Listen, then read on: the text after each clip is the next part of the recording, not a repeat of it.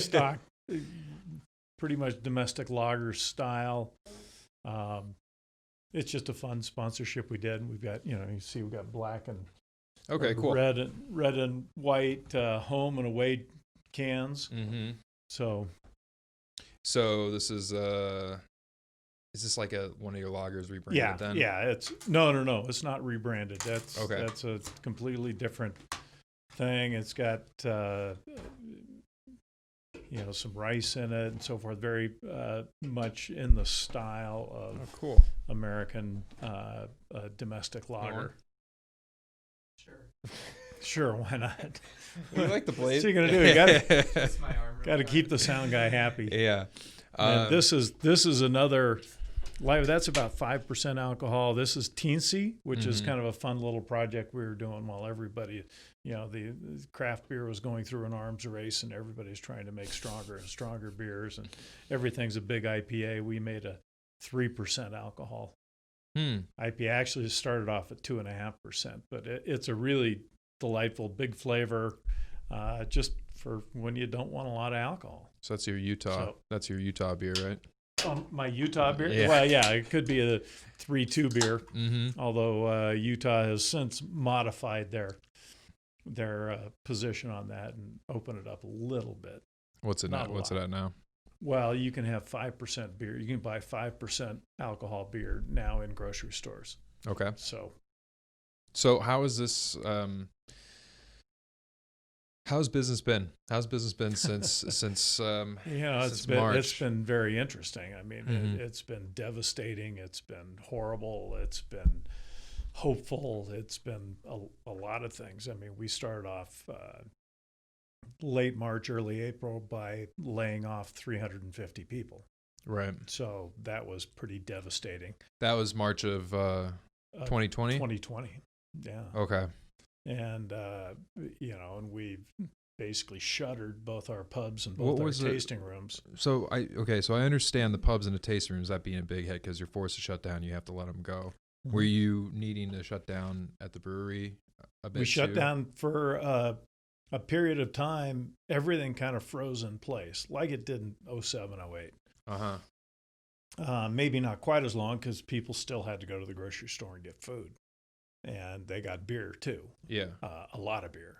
Yeah. And that really kind of kept us going. And we shifted gears very quickly from, about 25% of our volume was draft beer.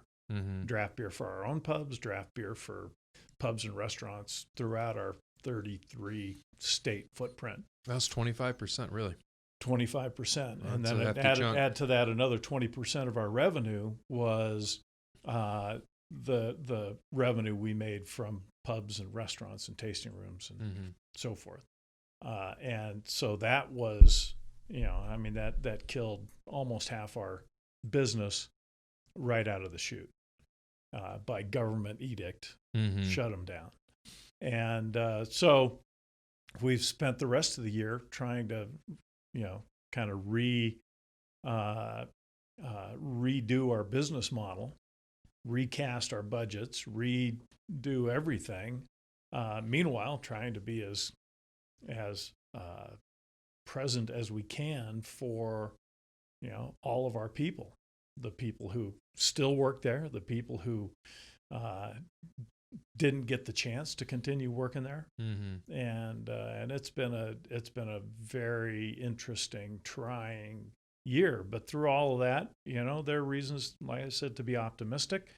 And you see some people do some pretty remarkable stuff, kind of when their backs are against the wall. So it's had that component as well. Do you have any specific examples by any chance? Well, I think like I said, we completely rebuilt our business model, our budgets, our expectations. Our sales team got cut in half, and that half that remained have done some really incredible work. Our production crew that works by themselves, the office is empty. So, it's a lonely place, and it's hard to keep in mind that there are other people working. They're just working from home.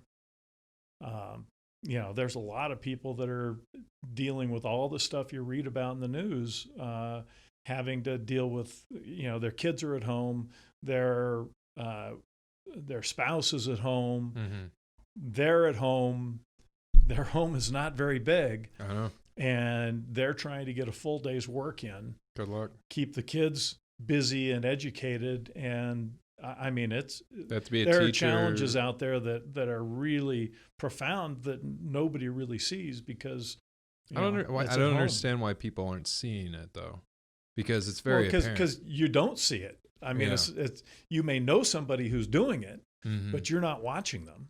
I'm not physically watching them. You're right. If they're with you in the office, you see them physically present each day. You see the look on their face. You know when they're stressed. You know when they're happy. You know when something's going on. But when they're not there, I mean, you don't pick all that stuff up on a Zoom call. Interesting, isn't it? Yeah. Yeah, because so many people are saying that we can continue to work efficiently and everything from that night. We can, and I think there's a part of our business environment that's changed forever. Perhaps. I mean, I say if the pandemic happened even a year earlier, it would have been a disaster because the technology, it's not a disaster now. Technology didn't quite work. Well, it would have been a much bigger disaster. Yeah, because the technology wasn't there. Well, I still don't think the technology is here though, because of what you were just saying. That picking up on the tone, the body tone. If I'm summarizing right, that's lost. I guess my point is, whether it's Zoom, Microsoft Teams, Skype, you name it, those applications are far more sophisticated than they were only a few short months earlier. Yeah. And, I've been constantly frustrated by the fact that we really weren't able to do video conferencing the way the manufacturers said we could. I mean, it never worked. No. And now we use it all the time. I was on a couple of conferences this morning. And I was just off a conference call that was on the phone, no video. And everybody seemed to be really relieved that I'm not on video at the moment. That you yourself were? Strange group. No, somebody else in the group was mentioning that. But it is, I think if I'm running a big company, and at the end of this thing, when they sound the all clear, and I've realized that people can be productive working from home, and people work, particularly millennials and younger people, like to work remotely from wherever they want to work. I'm going to look at that big, expensive, high-rise office building and wonder why the heck I'm paying for that. I think there's a lot of that's going to go on. I used to agree with you. I believe that the innovation from having people together in an office is something that can't be replicated from Zoom. I believe, but look, if 10% of people, 10% of the workforce doesn't go back to the office, that's a massive disruption. Oh, yeah. So we're not talking about everybody. No, we're not. But it doesn't have to be everybody to create that massive disruption. People no longer have to sit in traffic for 2 hours a day or 4 hours a day. I mean, that's profound. Yeah, that is huge. And now the traffic's coming here, but it is what it is. Yeah, that's all right because we didn't prepare for it. So yeah. I basically have been seeing we went through obviously the same thing. And we had a big spike in productivity, and then the productivity kind of simmered down, and then we had issues when it came to training and just being able to go through training for a full 8 hours a day just on Zoom with somebody else was a pretty big bore. And then we were having hits happen and morale. And since we've had people come back in, we've been slowly rebuilding this team of people that are just happy to work together and smile and actually be with other humans. So I'm happy for that. But then I have team members that are like, hey, I need to work from home to do this or to do that, or helping my mom out on the coast. And we're like, yeah, sure, go ahead. That's not too big of a deal. But the innovation that I mostly see is when if I'm talking to you about what we should do to get a good marketing campaign going for Rip City Lager, and you're like, well, we haven't done any videos. I'm like, okay, that's cool. We'll end up doing some videos. We could do this or that. And then somebody who's not in on the Zoom call, but they're in the room, like Jacob, he could end up saying like, hey, actually, Drayson could do like a stop motion of the Rip City of it going, like, because he has worked on major motion pictures doing that. And I'd be like, oh, that's a really good idea, Jake. And so those kind of things end up happening daily here, where Jacob wouldn't be invited on that Zoom call between us, but he did over here just because he was in the same room. So that's the kind of thing that I like a lot. I like human interaction, this isolation. I was like, okay, yeah, we got to make sure that everybody's safe and that we don't kill grandma and all that stuff. But now that we're, what is it? We're in month 9 of this. Or 10 or 11, depends. Yeah. Pick your starting date. I think it's been at least 10. Yeah. I don't know. How do you feel about this, Boogeyman? Is it the same one you thought it would be? No. And honestly, I said at the very beginning of this, I mean, this was one of those seminal shifts that, I said at the beginning, I said it'd be very interesting to 5 years from now to look back and see how we did, what we did, and I hope somebody does a real postmortem on this. And I don't mean this pejoratively at all. It's a perfectly intellectual question. What did we do right and what didn't we do right? What do we wish we would have done or known or tried or what? I think, we've all been pretty good soldiers, pretty good citizens all along. And now I'm not sure that we were given the information that was available.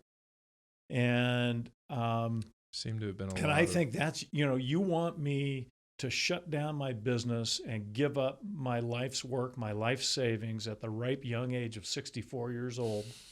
Okay. But then you're going to give me, you're going to withhold information that might be valuable to me because of what? Because ultimately it's a political decision you made. Some of this is starting to smell a little off, and I don't mean that but in a challenging way. Except, I mean that. Except it definitely that, smells off. That 100%. you got politicians who have no idea what I do for a living, that are making ultimately arbitrary decisions. And you can say, well, it's science. No, it's not science. Scientists only know how to. I keep saying this over and over again, but scientists only know how to answer a question one way, and that's if they're certain. And certainty is a very rare thing in my life and your life. Yeah, absolutely. If it's 99%, they won't talk about the 1%. If it's 51%, they won't talk about the 49%. It's 100% or it's nothing. And that's the nature of science. That's the nature of scientists. That's how they're wired. They don't deal with probabilities like we do. They don't deal with risk. Politicians don't deal with risk. It's somebody else's money they deal with. Yeah, so they're not looking at the risk reward of what is happening to, let's say, looking at this postmortem, our children. They're not looking at the cost. Yeah. And I don't mean to minimize the human impact and the fact that people are dying from this, but wouldn't it be nice to know that somebody was, almost expired from some other obesity, comorbidity, as they say, extreme high blood pressure. But if shot by a gun, but if COVID was one of the contributing factors, they died of COVID. They didn't die of COPD. They didn't die of asthma. They didn't die of cancer. Yeah, they died of COVID. Yeah, the and CDC. That's, to me, deceptive to the point of being dishonest. It's the CDC. They with the whatever we're at now, the number keeps on going to the moon, right? What is it? 400,000 Americans. 400,000 dead. Yeah. Yeah. Their own reports said that it's only 6% of those people. Well, the last time I looked at it, when the milestone was 250,000, was when I saw this, and then I saw it again when it was at, I believe, 300,000. But it's around 6% of people died from just the coronavirus. And don't mistake me. One person dying is horrible. But when people die on Colorado or on 97, we don't stop driving. Right. It used to be when I was a kid. If they wanted to put a stop sign on a four-way intersection, somebody had to die. Yeah. No, that's exactly in a car accident. That's why the roundabouts on Neff a fender bender wasn't enough. Somebody had to actually expire, and so they deal with that kind of thing all the time anyway. But nobody has yet, at least that I'm aware of, done any study about the mental health of our society overall. It's because people are talking about the kids. And what the kids are losing by not being in school and all that kind of stuff. Suicide rate's way up. We know that. Oh, way up. Could you look up the Oregon, the state test? Try to Google like the state tests that kids normally do, like the LSAT, all those ones that the kids normally do to see like how good you are at math and science.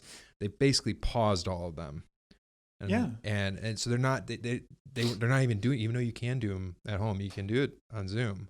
Right. Well, but they're SAT, they kept the core SAT, and they've given up some other component of it that ACT. They deemed no. It was part of the SAT. It was another. Yeah. There are different sections to it, but any rate, no. It's unfortunate. I just want somebody to like I started out is to begin looking at this like, well, how are we doing? We're doing bad. I think we're doing really bad. I think it's becoming apparent that, given all the best efforts, we're really not getting things done. I mean, look at this vaccine distribution issue we've got right now. They only had 10 months to prepare. And now all of a sudden, we don't know where the vaccine is, and we don't know how we're going to get it in people's arms. And, we're now finally securing some of these large public spaces where we can handle large crowds of people. But, they had the Deschutes County Fairgrounds here as a place where they can vaccinate all kinds of people. But apparently they don't have any vaccine. It's like, and of course they're blaming the Trump administration. Well, they're blaming, everybody's got a finger to point at somebody else, but you just pointed at bureaucracy. Yeah. Well, it shouldn't be too surprising that all of a sudden something that's a very large DMV isn't working. Guys, I think Jim Cramer on CNBC said, why don't they just give it to the military? Give it to the U.S. Army knows how to do big things. They know how to do big projects. Why did you give it to the states and allow the states, who are all cash strapped, to manage this thing? They don't have that expertise. Give it to the military. They know how to do these things. It's amazing how cash strapped that our state is when the amount of tax that my business has to give towards it, especially after that 1% rule. I don't think it's the revenue side. I think it's the expense side of the ledger. Oh yeah, I'm sure. So it doesn't matter how much money you take in if you're always spending more. So what'd you find here, Jacob? This is remote testing isn't a viable option, and that's Fairley who's Fairley? Superintendent of Oregon? Yeah, maybe. Okay. So they're not doing tests. And we're pulling this up to go back to your point of the mental health, the education, the like, what are we lacking on? And that's what's not being reported. It's like, well, we can't. They don't want to tell us how dumb our kids are getting. You're destroying entire sectors of the economy and our generation, and seem to be very comfortable with that. Incredibly. I mean, there are other sectors of the economy that are doing fabulously. Weird. Well, K-shape. Yeah, Why? Why? I mean, the best of times, the worst of times. Why right? don't people actually just like sit back and be like, why is it okay for? Have you been in Costco since this whole thing went down, Gary? Not here in this town, but I have been in Costco. Okay, well, it's a madhouse. Mm-hmm. And why can there be a madhouse where I'm not being 6 feet from people, but I can't sit in your pub? I've been in other grocery stores in town that have been crazy. Yeah. But we were not even given the opportunity to manage our business responsibly, which is ridiculous. So what I was saying from the beginning of this is let capitalism and the free market figure out which businesses get to stay open during this. And I gave an example of I don't know if I did this on the podcast, but basically my example was your pub and Wild Rose. And I was saying, what if your pub decided to take everything very seriously and you guys had plexiglass partitions surrounding every table and masks were being worn and 6 people couldn't even come in. They would text you to get on the reservation system and then you let them in. So you thought of all these things and it wasn't Brown, our queen, telling you what to do. It was you guys being innovative and thinking of this is how we're going to be able to have the safest dining experience possible. Meanwhile, Wild Rose, right down the street, they decided to just go do the same thing, gangbusters at Places Slam, just like you guys, but they don't do anything different. Well, fast forward, and now all of a sudden we get reports that a bunch of people have gotten coronavirus from Wild Rose. Then people are going to all of a sudden stop going to Wild Rose because they don't want to get sick. But they are going to Deschutes because you guys have all these precautions in place.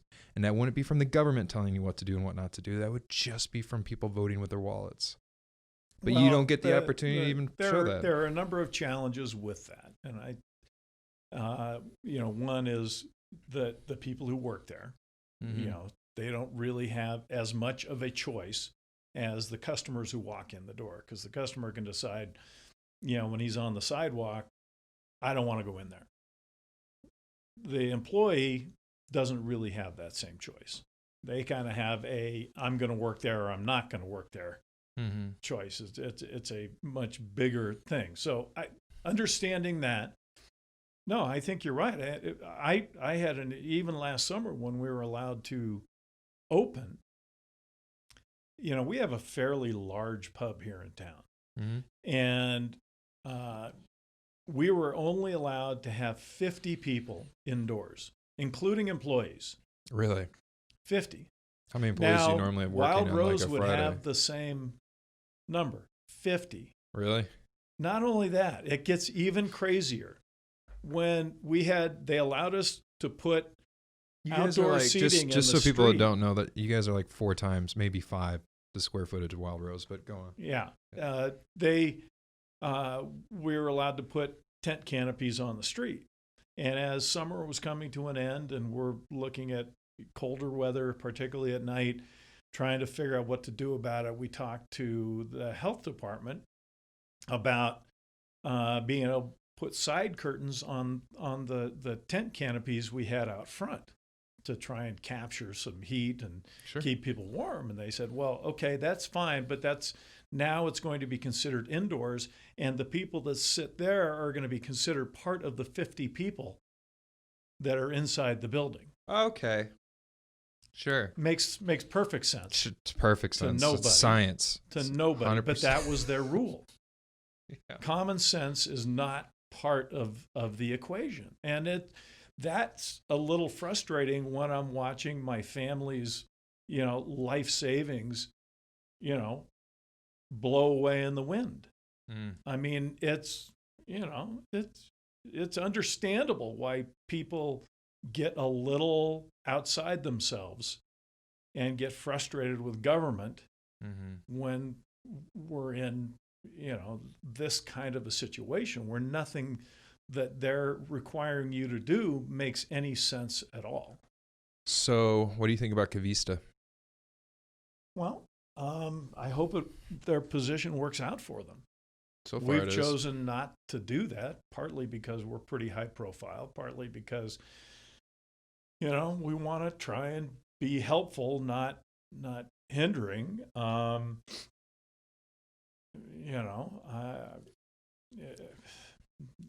You rooting for him? yeah, I don't really have much of an opinion for them. I don't know them, and I don't, other than what I read in the paper, I don't know much about what the position that they've taken. But I mean, I meant that sincerely. I hope it works out for them. Yeah. Basically, they've taken that they're done. They're done with the mask order. They're done with the people restrictions. They're just they're letting people in, and they're just adding up the fines. Yeah. They're apparently going to court to challenge the fines. And again, I hope it works out for them. Mm-hmm. I certainly understand their frustration.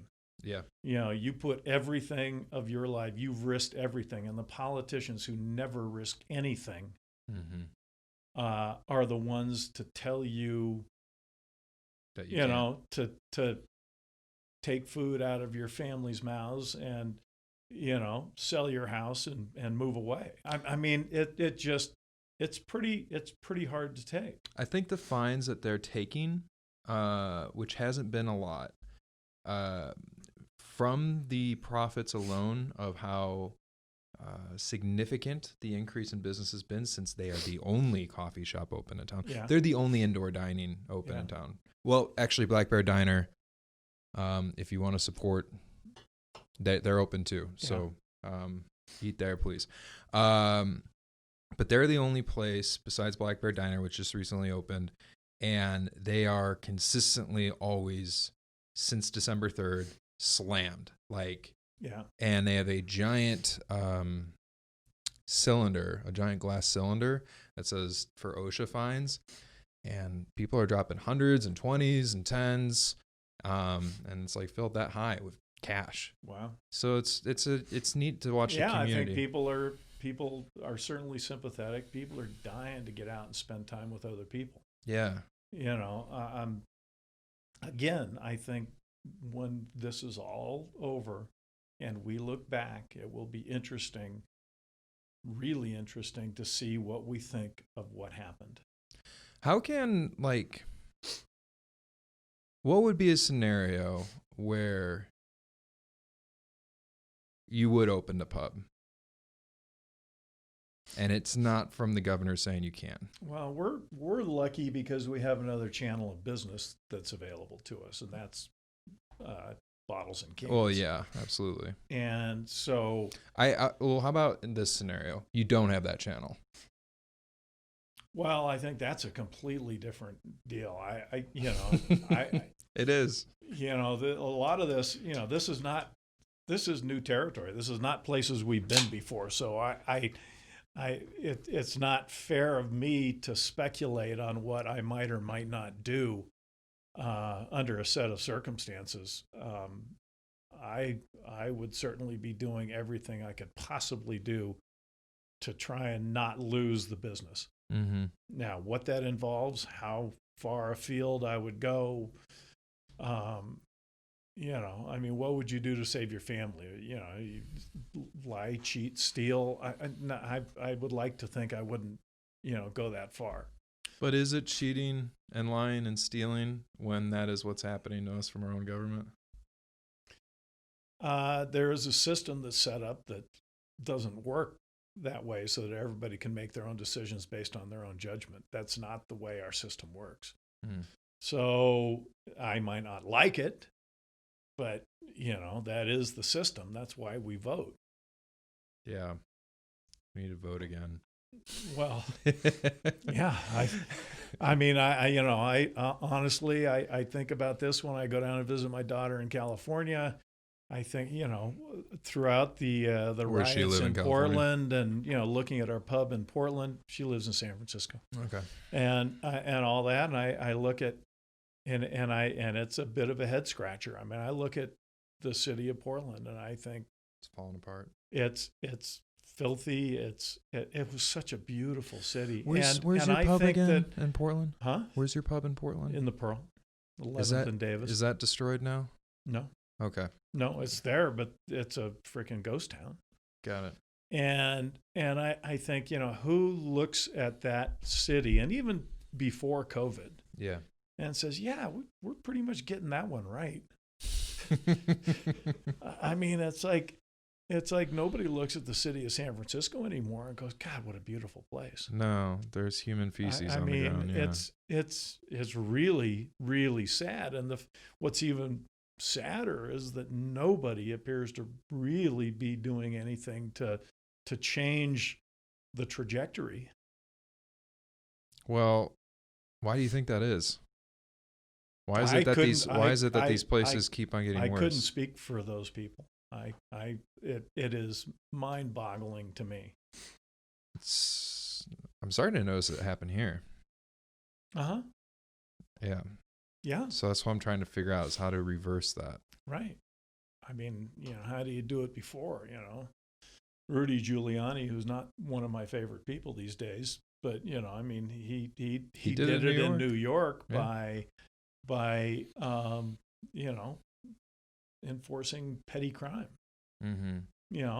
Jaywalking and littering and things like that in New York, which had never been done. And they, at least for a time, got people to behave differently. Mm-hmm. So maybe we need to take ourselves seriously, because if we don't, nobody else will. Well, at some point you get down, I think it's this mentality of altruism and virtue, of looking out for like people with less money, but there gets to be this line, and the line's been crossed by Portland, Seattle, and San Francisco, and the line is, well, she'll let the homeless shit in the street. And at that point, because it's easier than dealing with them.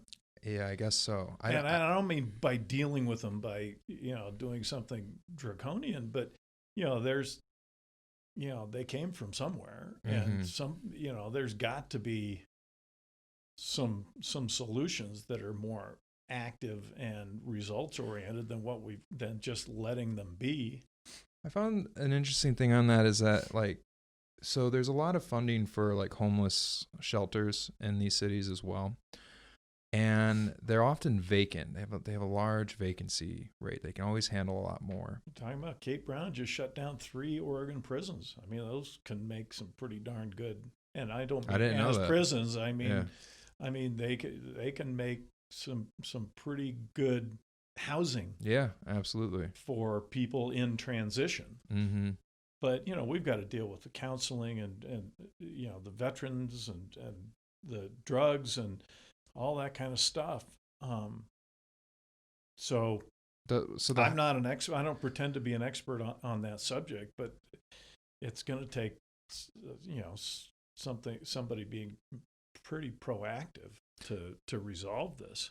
I'm not an expert on it either. I've just seen one thing that makes me go, and that's the housing that is vacant in these cities. They end up kicking people out when they do drugs. And so that's like their policy, which makes sense. But if somebody would rather do drugs and live out on the street than not stay clean and stay in there, then you're still going to have that problem. Might as well just let them, especially in our state now, because it's legal to do everything as of what? It'll be interesting to see how that, again, what we think of that a few years down the road. I understand the rationale. I understand, and honestly, when people say we've lost the war on drugs, it's true. Mm-hmm. I mean, we started it 60 years ago, or 70 years ago, and we have lost it. Mm-hmm. And so, if the definition of insanity is doing the same thing over and over, and looking for a different result. So I'm willing to try it, but I'm not sure they have the resources to assign, counseling and rehab for everyone who comes in and or gets caught with a user's amount. Yeah. I don't think so either. I don't know. I'm just trying to make sure Ben doesn't go down this dirty path. And well, it's kind of sad to watch it happen. Part of the challenge of a growing community is it grows, with all kinds of people, with all kinds of challenges. I think, and I've said this all along my 33 years living here, that it is, those challenges are far better than the challenges this town had when I first got here. The challenge of a shrinking community, and one that, where storefronts were boarded up downtown, and, it was truly depressed. So, these are challenges. We should rise to these challenges. But I'm not seeing any real dynamism amongst our political leadership. Yeah. Gary, has this been like the biggest hurdle you've had to face in your career? I don't look at it that way. I mean, it's certainly unique in terms of the pandemic. It had its moments where I was just absolutely gutted. Mm-hmm.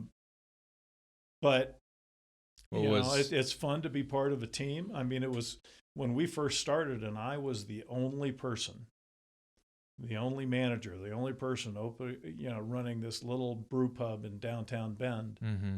I mean, that was a lonely place to be. I have a lot of very competent, hardworking people around me now, and that's made this experience tolerable. Mm-hmm. Challenging, yeah, but everybody kind of got together and go, okay, let's suck it up. Let's figure it out.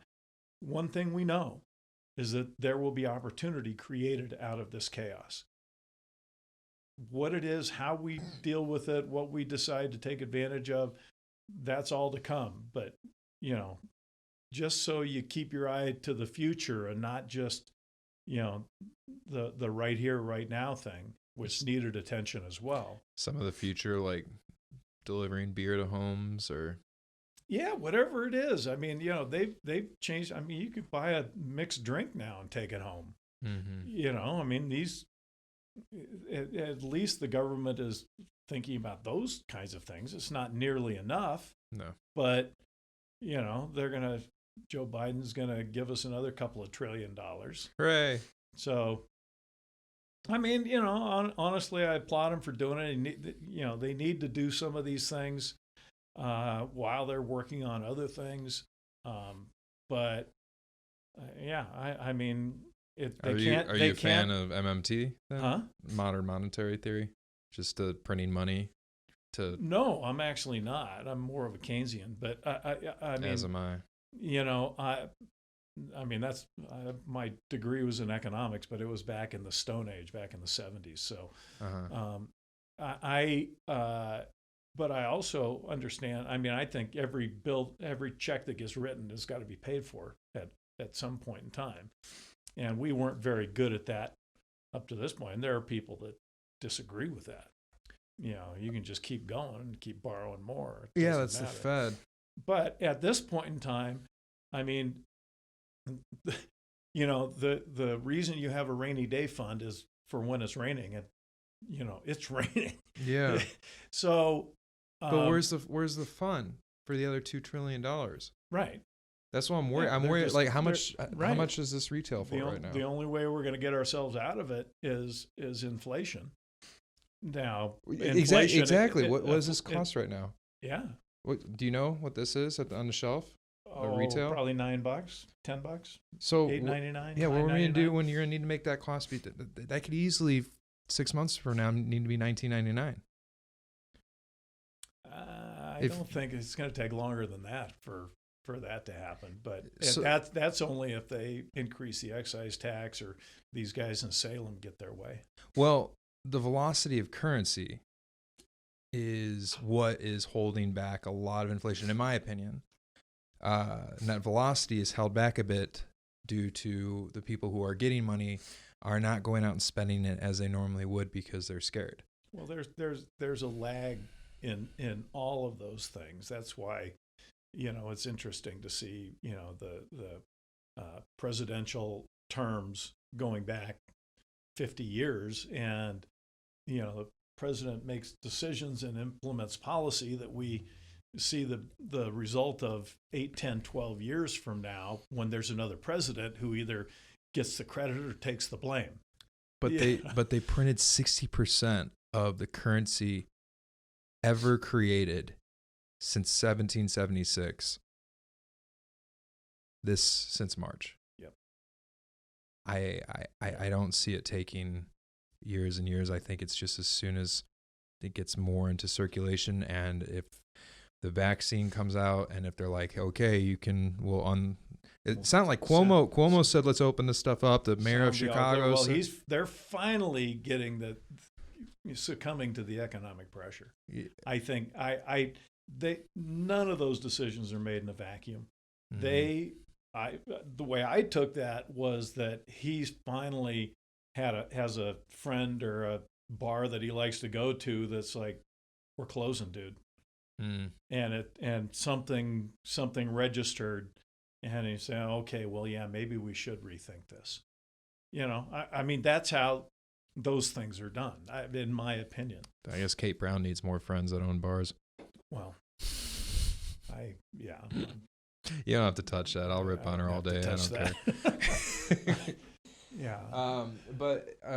So that's just a scenario of it, maybe if it's not 6 months, I mean, even if it's a year or 2 years, which I don't see it going much further than that.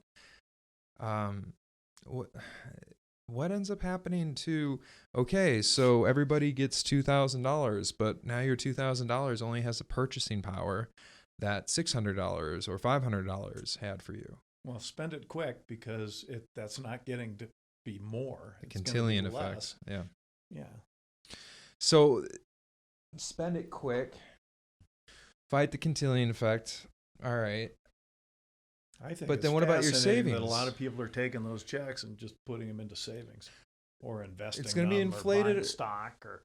Well, if you buy stock with it, at least that's an asset. If you put it in a savings account, then it'll be eroded away. Like, you have the $2,000, it's in savings, and all of a sudden, Bud's hypothetical scenario, which we'll see won't be, where these Rip City lagers end up becoming $20, and now all of a sudden you could have bought, for easier math, let's say that you got $20 for the government, you could have gotten 2 of these, but now you can only get 1. Right, because your income hasn't kept up with that. Yeah. Eventually it'll catch up, but probably it hasn't really kept up one for one in our lifetimes. No, well, we're watching it with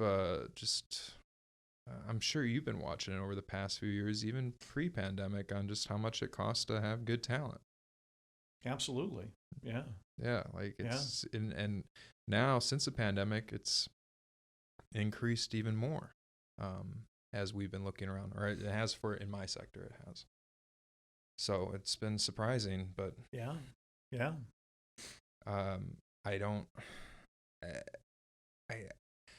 And I'm watching the cost of, well, I guess I haven't been drinking a lot of beer lately, but how has your guys' beer prices been going up at all since March? No, and in fact, we're working on a model to talk about reducing them in certain circumstances. Okay, so that's surprising. But it's a competitive market out there. I mean, you created a monster. Market seeks its own level.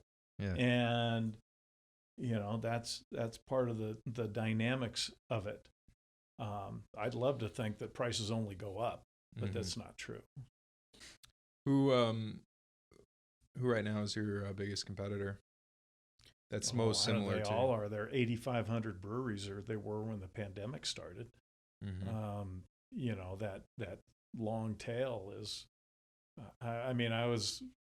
We had the chance to go to Hawaii a week and a half ago and spend some time over there, and everywhere we used to go, in places where we used to have beer on tap and so forth, it's all little Hawaiian local places. I mean, that's the challenge. It's here.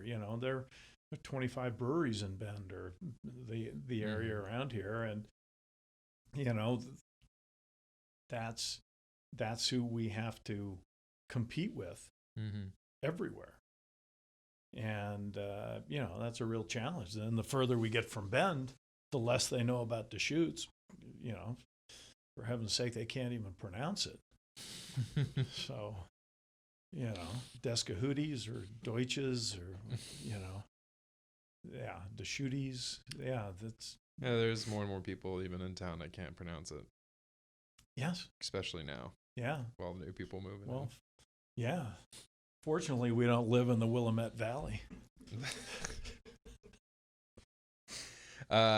What kind of are you guys looking to be penetrating any abnormal markets coming up? Well, we're working on a few in the east and southeast. It looks like we'll go, we're in North Carolina, we'll go South Carolina, Georgia, Delaware. Not really into the Northeast yet. We've been working. A lot of that is going to be predicated on whether or not we can get placements in some of the large chain grocery outlets. And if that happens, then we'll be able to expand more. But we're still still looking to find opportunity wherever we can. What's the main flagship? Is it right now our top seller is Fresh Squeezed. Okay. Yeah. And it used to be Black Butte Porter, and Fresh Squeeze came in and ran. Black Butte Porter and Mirror Pond and all that kind of stuff. And those are whereas you still see Mirror Pond around here a lot, and Black Butte Porter is still pretty popular, still the largest selling porter in the country. Oh, really? And yeah, although it's lost some volume over time. Due to everybody for the same thing they've always had. They're looking for something new. I think the pandemic changed that a little bit for a while, but as people are more comfortable standing in front of the beer set in the grocery store and staring at it for a while. Yeah. I mean, for a while, people just came in, grabbed what they knew and went. I think we'll see whether or not how many of those old habits they fall back on. So do you think they're doing that more? They're going in and staring for longer periods since the pandemic? You're starting to see some of those big brands, and I mean big brands like, Coors Light and Bud Light and so forth, that, not fly off the shelves. I mean, the early days of pantry loading and the early days of the pandemic, I mean, you couldn't find a 30-pack of Coors Light. Really? They were just stripped. I mean, the shelves looked like a bomb went off. I mean, it was really something else, and people were grabbing what they knew and going. And Mirror Pond picked up, Black Butte picked up. We had some good sales in some of those early days, much to our surprise. So that was due to people that would come in and get Bud Light, but there is no Bud Light. Well, that maybe, and it's like possible time to diversify some of that stuff. I mean, we're trying to, if we were there, we'd ask the store manager, hey, you got an empty spot, I got beer, you want me to put it there? Whereas everything is very programmed in those grocery store sets. So they're grabbing if their Bud Light. Empty shelf makes them no money. So yeah, there were very well publicized shortages nationally for those brands. So they were grabbing Bud Light and toilet paper. Apparently. Okay. I understand the Bud Light. I still am a little bit.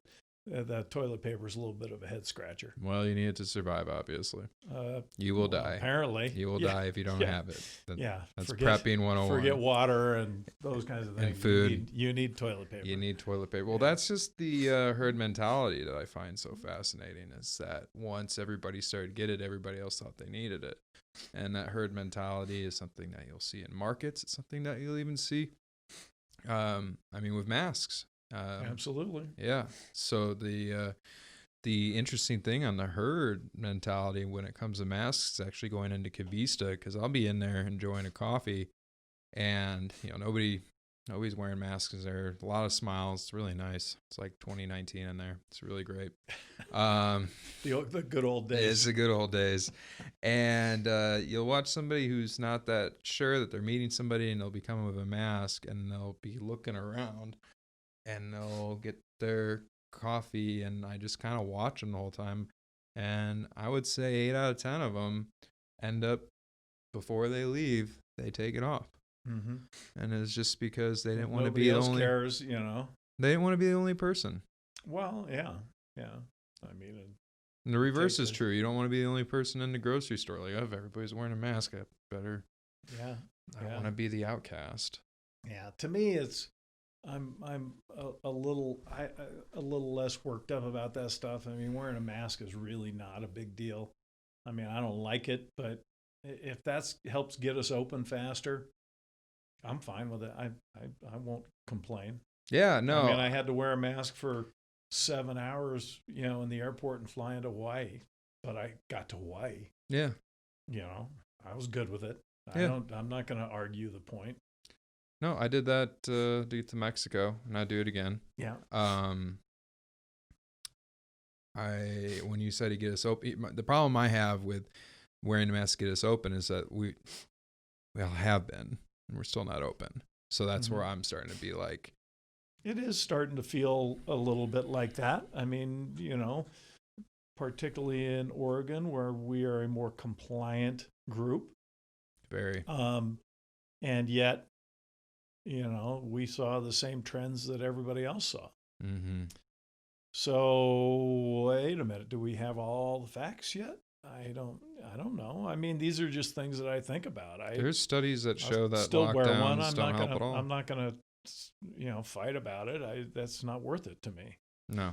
But this is where, like I said, I wish, somebody would treat me like an adult and give me all the facts. Yeah, like they do. And I don't feel like they are. Well, they're not.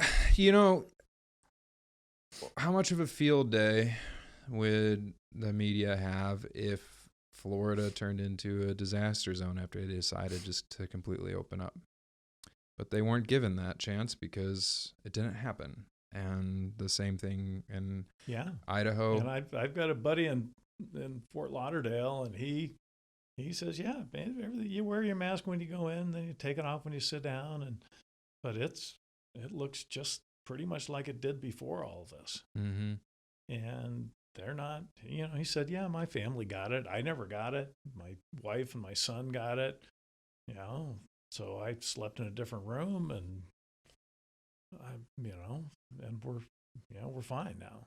Mm-hmm. So, it's unfortunate that there are tragedies out of this. I'm not here to minimize that for anyone. That's, a tragedy is a tragedy no matter what. Suicide's also a tragedy. Well, of course. Yeah. There are mitigating factors, and we don't seem to be considering those in the same way. Yeah. I wonder why that is. Well, good question. I think that there is a story that people have accepted, and so that's the one they're using. What story is that? That you got to wear a mask, you got to social distance, and restaurants can't be open. How do you get consent? As a society, we've accepted that. I don't understand.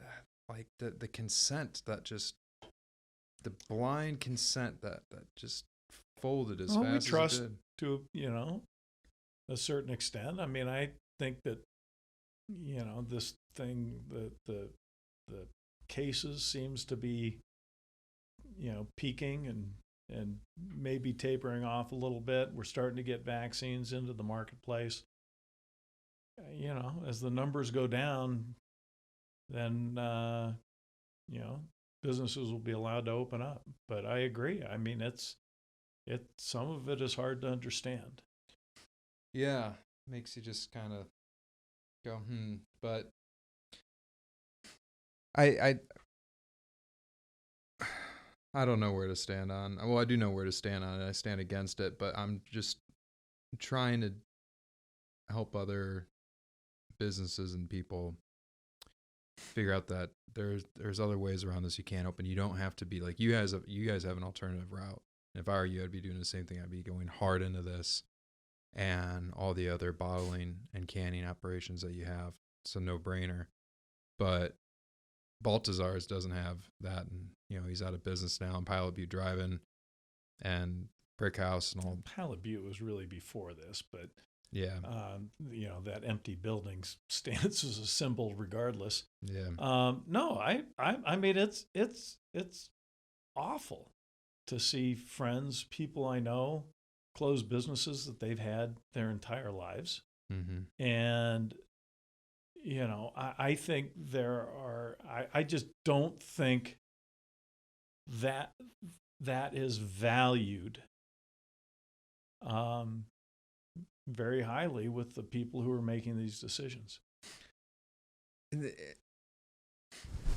mean, PPP money doesn't, and PPP money is being, distributed by the SBA and the IRS, who I have very little respect for. I mean, they're not, but to be fair, they're given a mission. They weren't told, except for PPP money.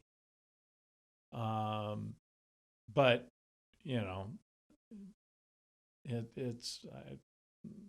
politicians are trying to do the right thing, I suppose. But it's a challenging thing. This thing's got to resolve itself here pretty soon, or you're going to find more and more people starting to ask those questions. That I'm surprised there isn't a lot more that are, and there still is a lot of consent that goes along with it. But I do hear the grumblings, though, across town a bit more. And more people are starting to, but you've also got enough industries that are either not affected or have actually benefited from this, that take them out of the equation because they're not going to complain.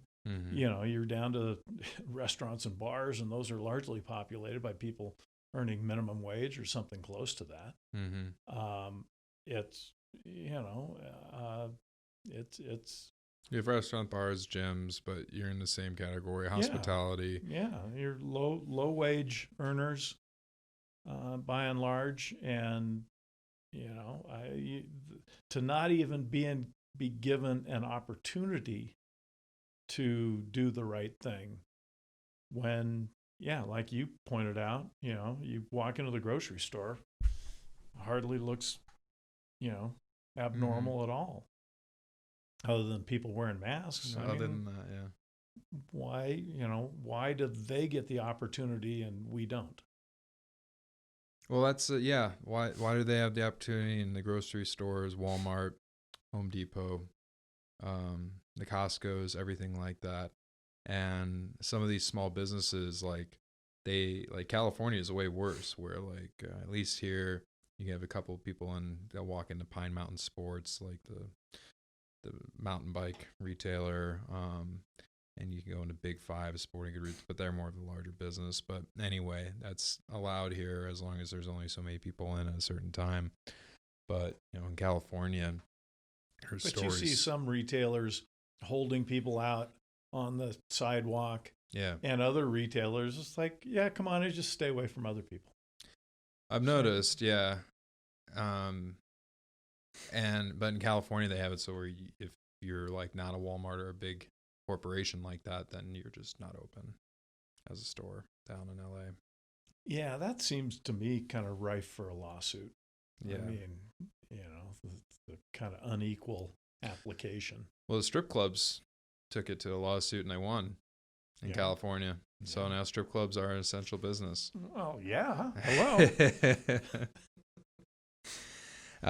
But that's another term that's become very unique. It's just like, well, what makes something essential? What doesn't? So apparently liquor stores are essential, which I'm not saying they're not, but that's essential. And grocery stores are essential, but going to a gym or yoga is not. Yeah, which I think that's, more that's arguably as good for your mental health as a fifth of whiskey. Very arguably. And I am happy with my fifth of whiskey, and I'm not giving it back. But still, is it? It's the bread and circus from Rome. Yeah. Give them bread, give them circus. And keep them distracted. They will always love you. Yeah. Keep them distracted. So our bread and circus here is, literal bread, food, copious amounts. People aren't hungry. Yeah, I give it to that. Not yet. Not yet? Not yet.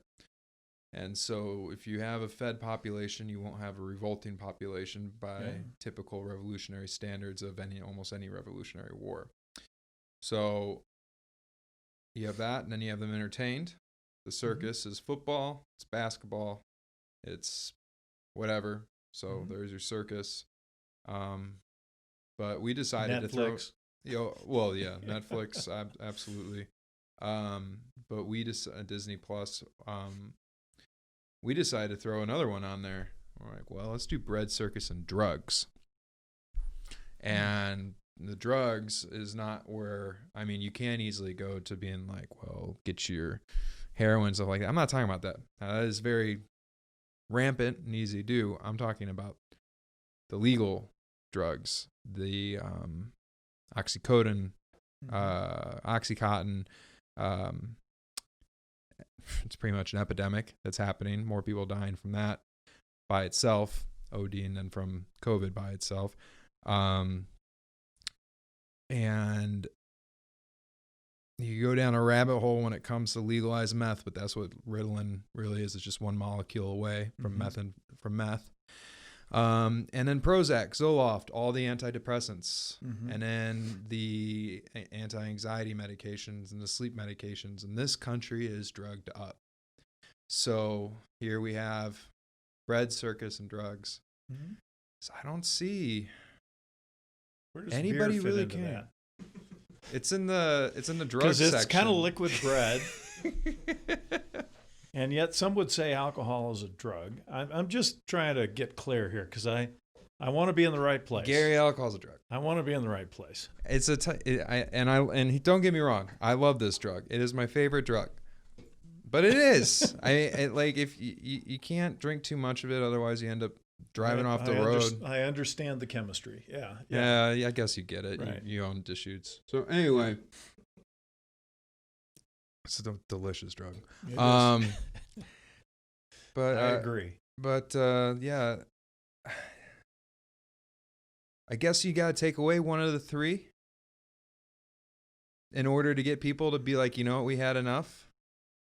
Because people aren't. There's not enough. Well, we had enough. At some point in time, you can't keep going. They will go. That just there's just not going to be enough space for all of it. Or you're going to have, Soylent Green or some, name your sci-fi, futuristic, Mad Max type deal. And I think, at some point in time, there's not going to be enough money. There's not going to be enough food. There's not going to be enough circus. Yeah, people are, there's already huge swaths of people around the globe that are being cut out. How long are they going to remain cowed at this whole thing? I think there's, Yeah, that's one thing that I think people aren't thinking of a lot, like that huge migrant push that's happening right in our southern borders right now. So the Caribbean tourism is just shut down, right? Right. All those people don't have jobs. They're not being fed. They are starving all across the Caribbean Yeah, what are they? I mean, people have, like I said, I mean, business has been shut down for 9 months in Hawaii. Yeah. So the same things happen in the Caribbean, it's happening in Latin America, and they are depending on us to come down and give the tourism dollars, and it's not happening. And so now they're rushing into America and they're starving. And this is happening like across many third world nations. But what the yuppies end up feeling here is that they're doing virtue signaling. Like, let me put on my mask. It's the right thing. And this is just how it should be. And everything should stay locked down. It's just like, hey, you might still be okay. And even your sister, who's a little worse off than you, might still be okay. Hey, they're still roof and they're still getting their bread in circus. But people aren't in other areas of the world because of your virtue signaling. That's been the nature of human migration since the beginning of time. I mean, you go where the food is. Yeah. And, or you either go where there's food or you go where there's not war. You know? Mm-hmm. I mean, that's kind of what's moved populations since the beginning of time. So now we see this moving of the population coming up, and they're starving due to, the way I'm looking at it, is our own virtue signaling. Mm-hmm. And it's just like, if you knew that the whole maskology and all this sort of stuff is causing all these people to starve because you're not traveling down there and everything like that, then would you change your tune on it? Yeah. Or is that out of sight, out of mind? Monetary theory. You mentioned it earlier. Mm-hmm. M1, M2, M3, et cetera, et cetera. It's the velocity of money. And people hate the term trickle down. And it might be perhaps the worst political term ever invented, because all it does is I really don't like the term social distancing. People who don't understand economics, the theory and function of money. And if I get money, I spend money, and so I give some to you, I give some to him, I give some to them, and then they go buy food, which distributes it even more. This doesn't make sense. I know. It's hard to understand. I'll speak slower. So you're saying if you get money, you would then pay me for like this water bottle? Well, the beer. You'd pay me for the beer? I give you money for the beer. Oh, okay. All right. That's better. Okay. So, but you own the beer. So I would pay you for the beer. But then you're keeping all the money, Gary, because I'm paying you for the beer. This is a hypothetical. I was assuming, you own the beer for the hypothetical. Okay, fine. Then I own the beer. Then you give me the money, and then then I'll pay Jacob to do this podcast. Then you can give him a sip, and he'll give you a little bit. Okay. And then, it's crazy kind. I get it. It goes on and on and on and on. That's how it works. And yet, the rich people still get richer. Yeah. Yeah. Yeah. That's what people can't understand about this, quote, trickle down. I mean, okay, like, are rich people supposed to get poorer? Is the name of it not according to them. No, I guess not. But I mean, like, okay, let's say that you're one of the rich people and you're a woke person right now, and you're just like, the rich just keep on getting richer, and this is bullshit. And so now let's put yourself in the scenario, and now you have made some money and you've worked pretty damn hard and you've lost a lot of nights of sleep. Government almost shut your business down. But hey, you somehow made it. So now you're supposed to take what you made and purposely blow it?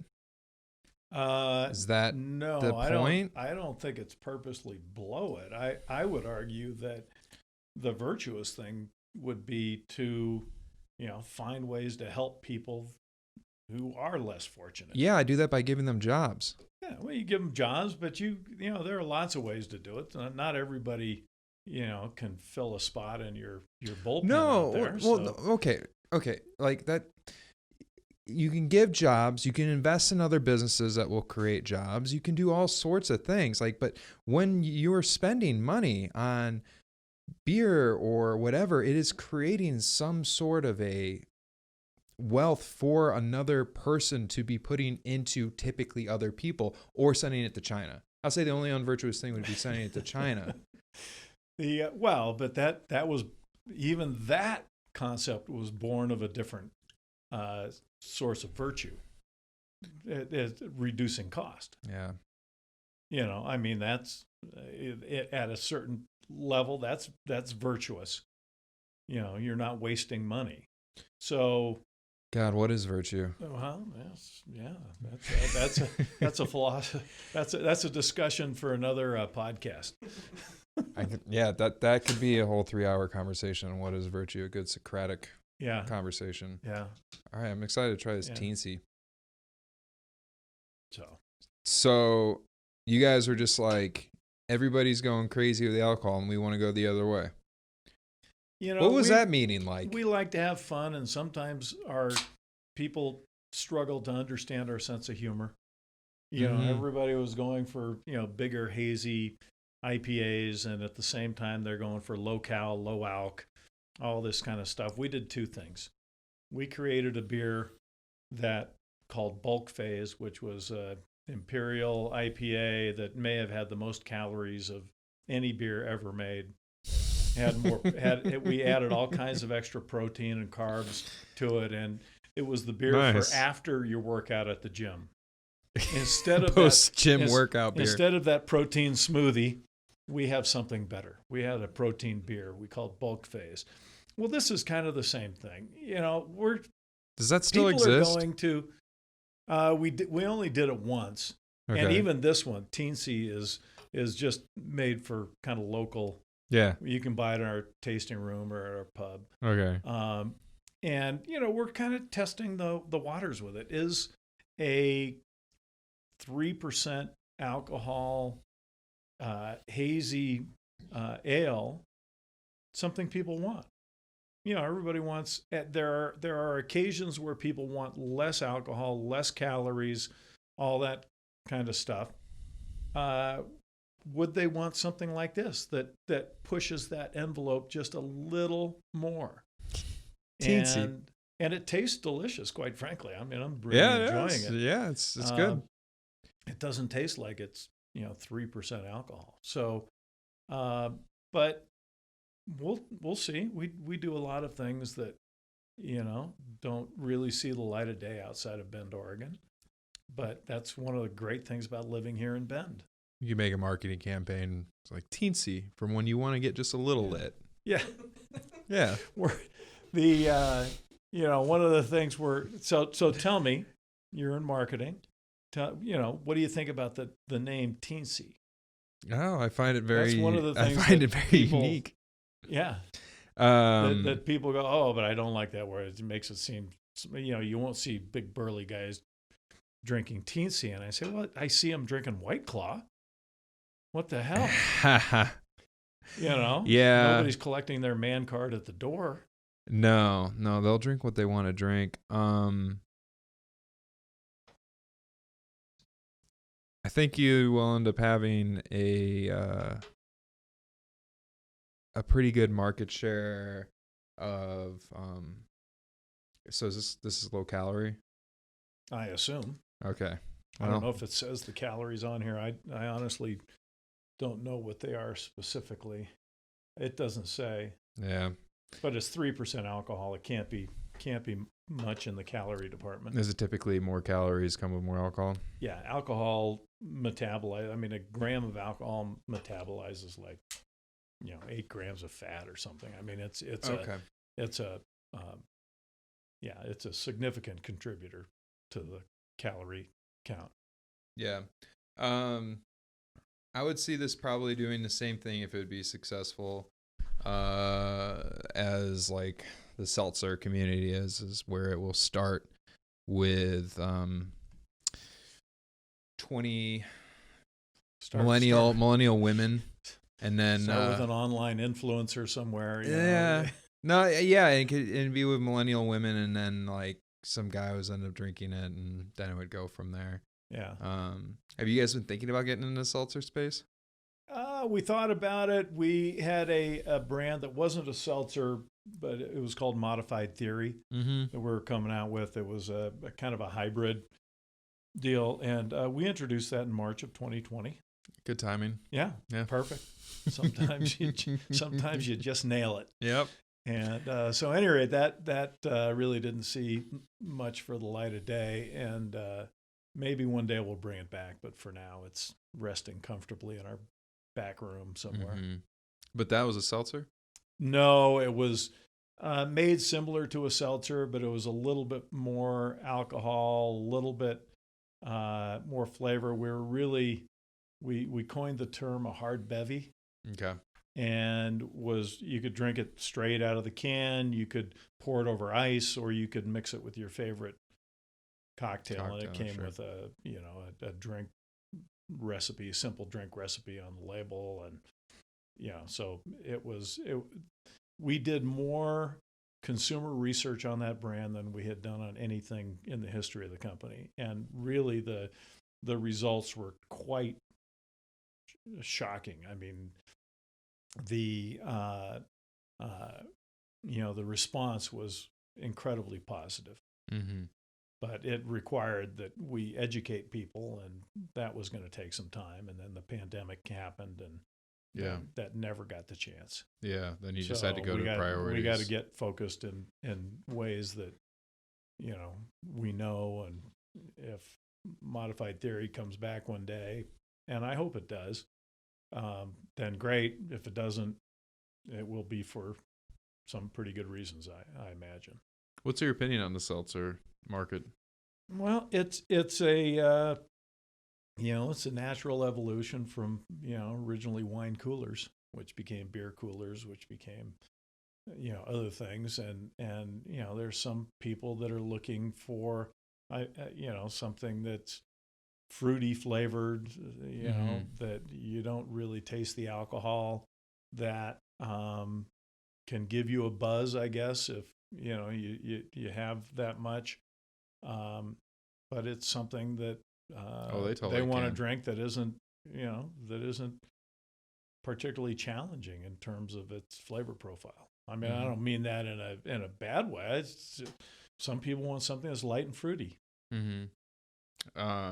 And so Modified Theory is more of like I never had. It was a little bit more. It was a little stronger. It was 5.5% alcohol, something like that. Okay. And our research revealed that people wanted something 5.5-6% alcohol. They didn't want it to be light for the occasion that they were thinking about. Mm-hmm. They really wanted it to be a little bit stronger for those occasions. So how were you doing research? How were you finding that that's what people wanted? We were convening groups of consumers, craft beer consumers, consumers of non-craft, and we were asking them questions, and we were putting products in front of them and saying, "Tell us what you think." Mm-hmm. Videoing the whole thing.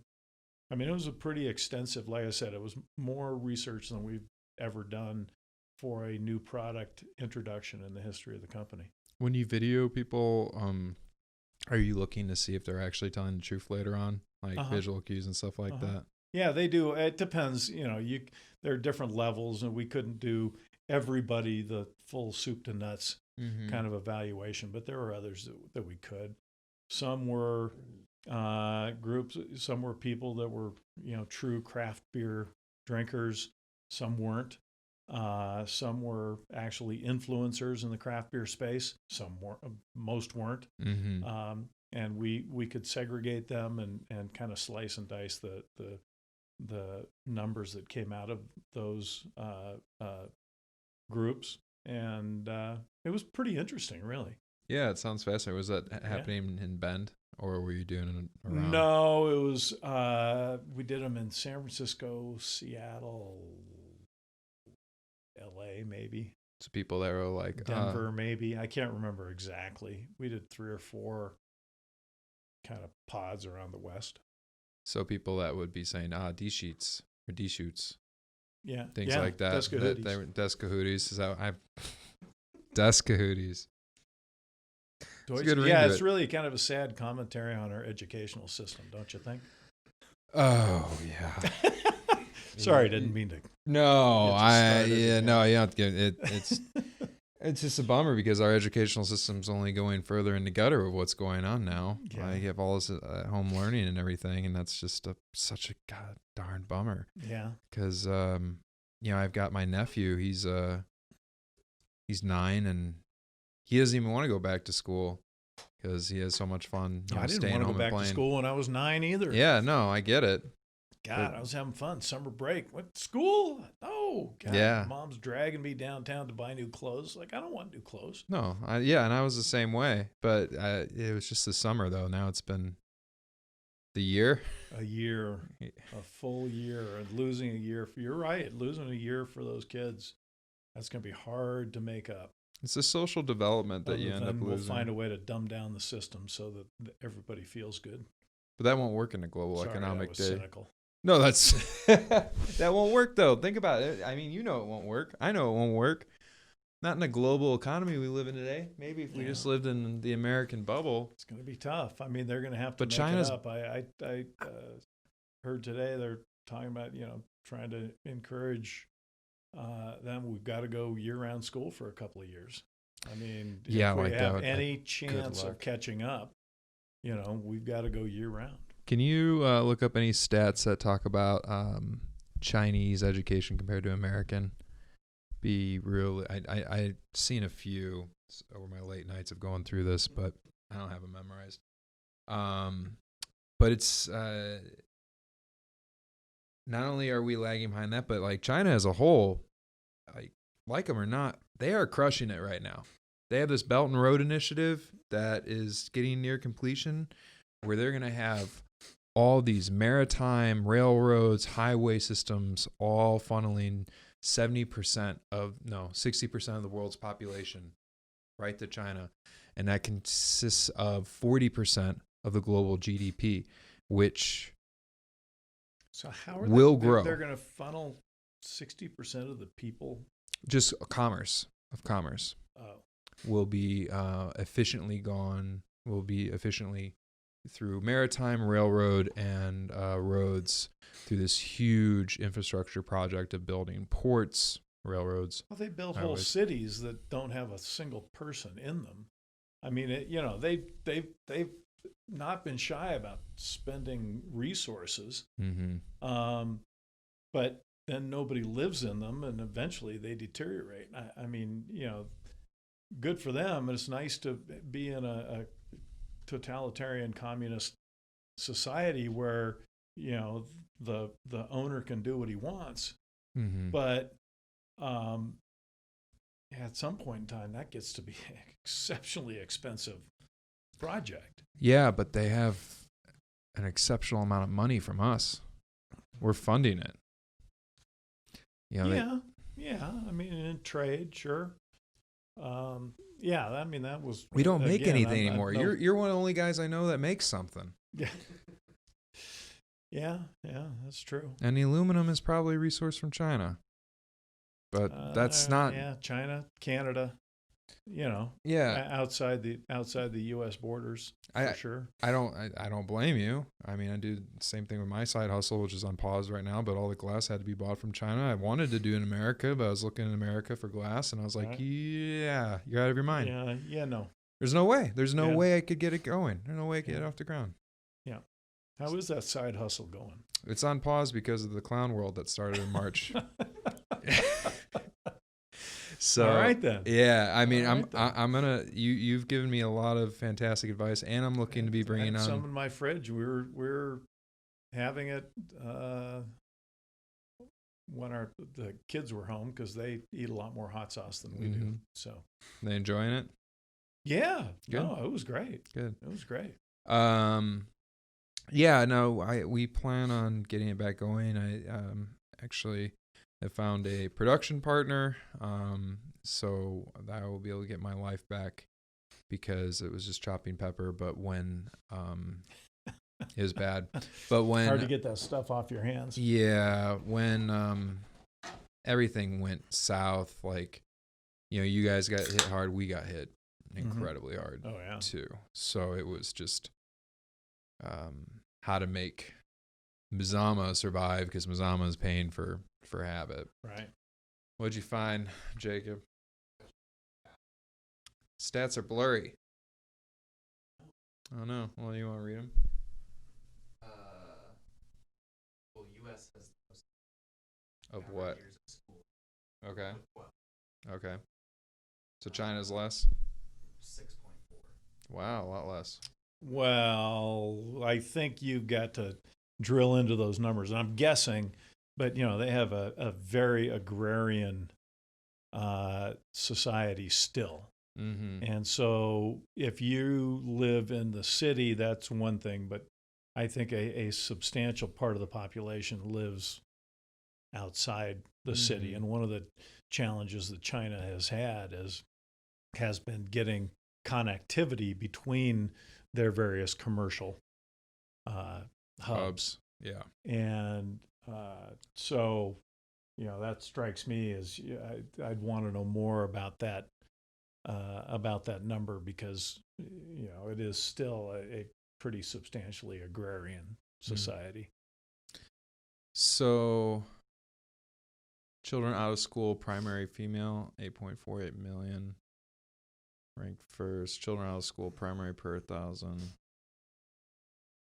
Children out of school, primary.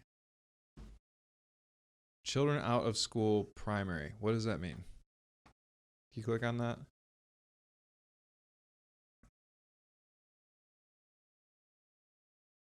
Say 14.19. Children out of school, primary, out of school, primary.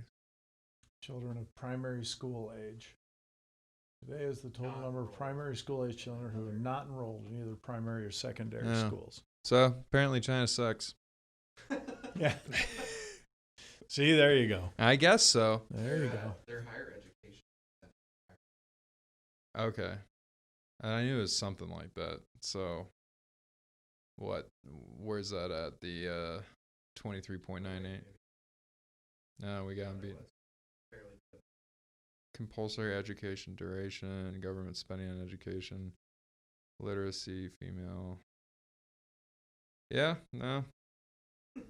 Guess I was thinking of Japan or something. I don't know. But the Belt and Road Initiative is happening. They are launching the digital yuan, which should be something that we should take very seriously because if the United States loses the reserve currency that we are for the world, yeah, we're really screwed. That's been threatened for quite a while.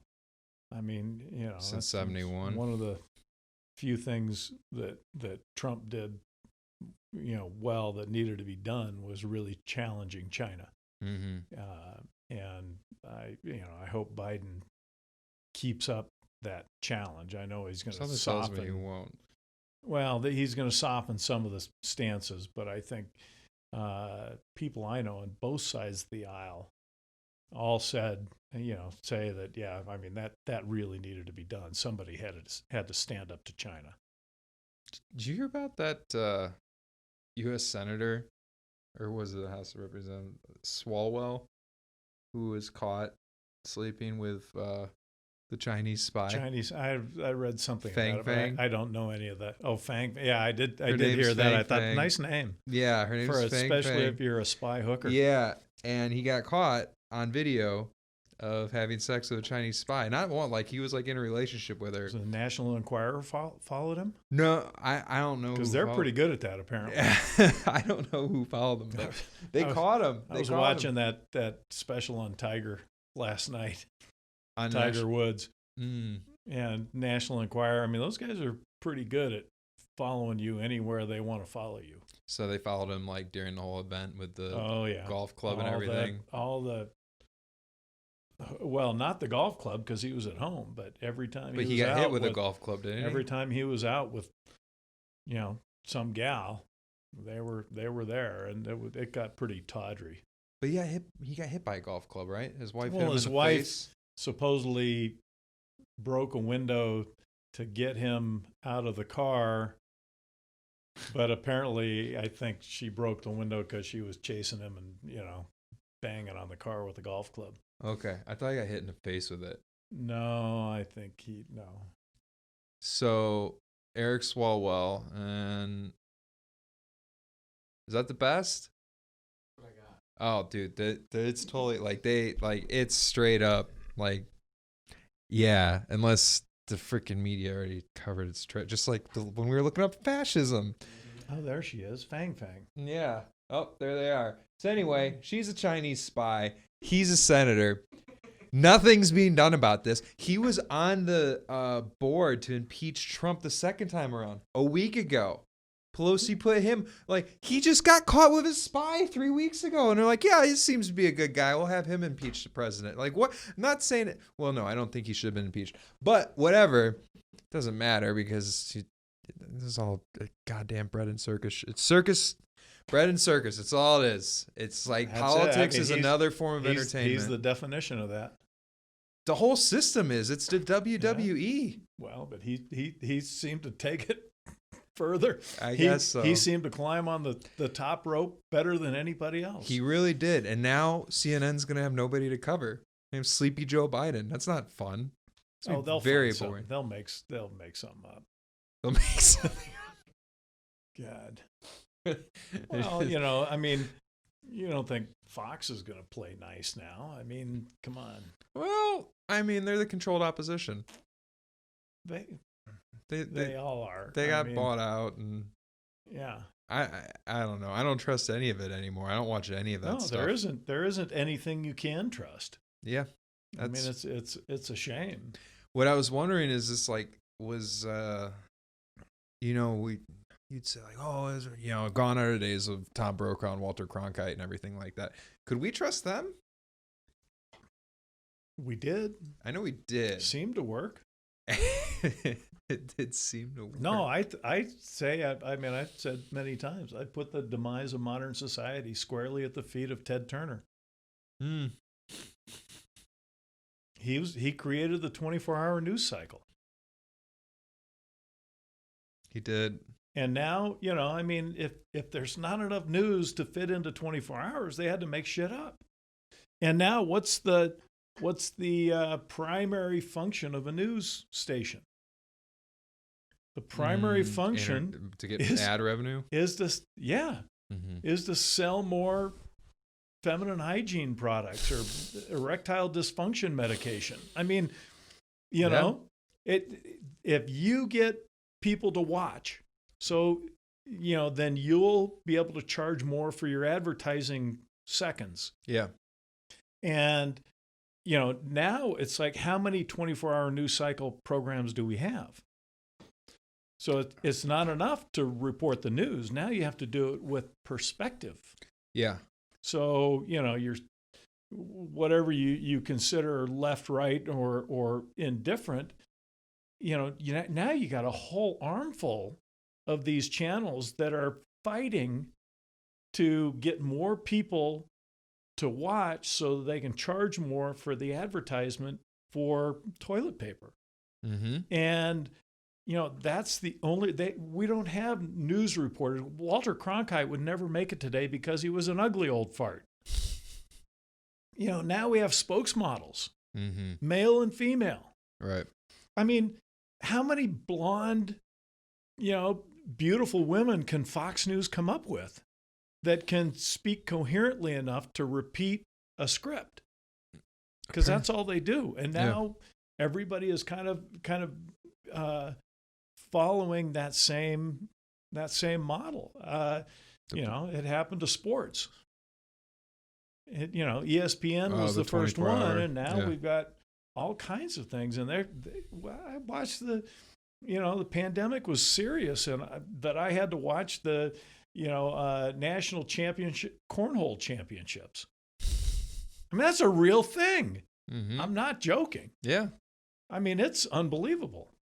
And they had, crowd noise behind them where there was no crowd, just like football. Really? Yeah. Now, I don't know whether they would have had a crowd otherwise, but you don't know. But there was a crowd DJ. There was a crowd DJ. Yeah, the crowd DJs they started to get to me. I've been having a hard time with the circus aspect of the conversation being the sports and the Netflix. So in the sports scenario, I've been still watching occasional games, but it's been hard. It's just like watching security theater for me. empty stadiums, people making sure they're wearing masks, doing the interviews. It's tough. I mean, they're trying their best. It's it's entertainment. It's a way to fill that space. No, and that's kind of what news has become, is entertainment. And, unfortunately, they don't tell you when the program coming up is editorial. They don't. And, and they're they all make editorial. you believe that this is, that this is news. And unfortunately, that's, I think, dishonest. I think it's deceptive. I think it's really hard to watch.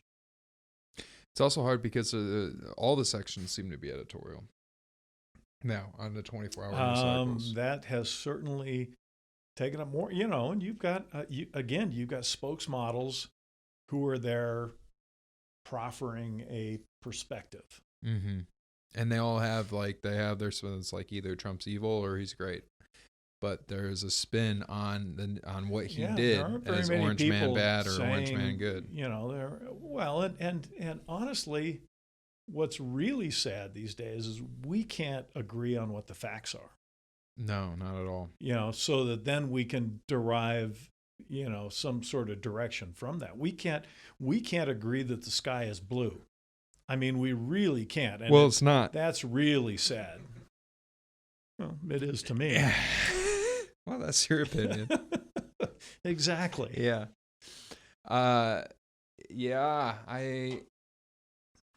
It's made discourse almost impossible. Yeah. I mean, we can't disagree. We don't know how to disagree. No. And also, when people do talk, it's more on social media than in person because we're supposed to be doing the social distancing thing so much. So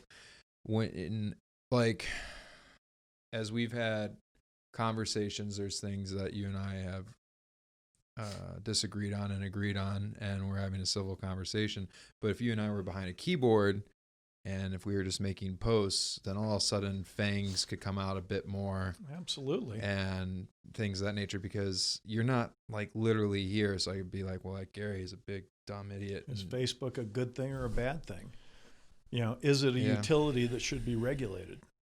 I mean, these are I feel important. It is regulated.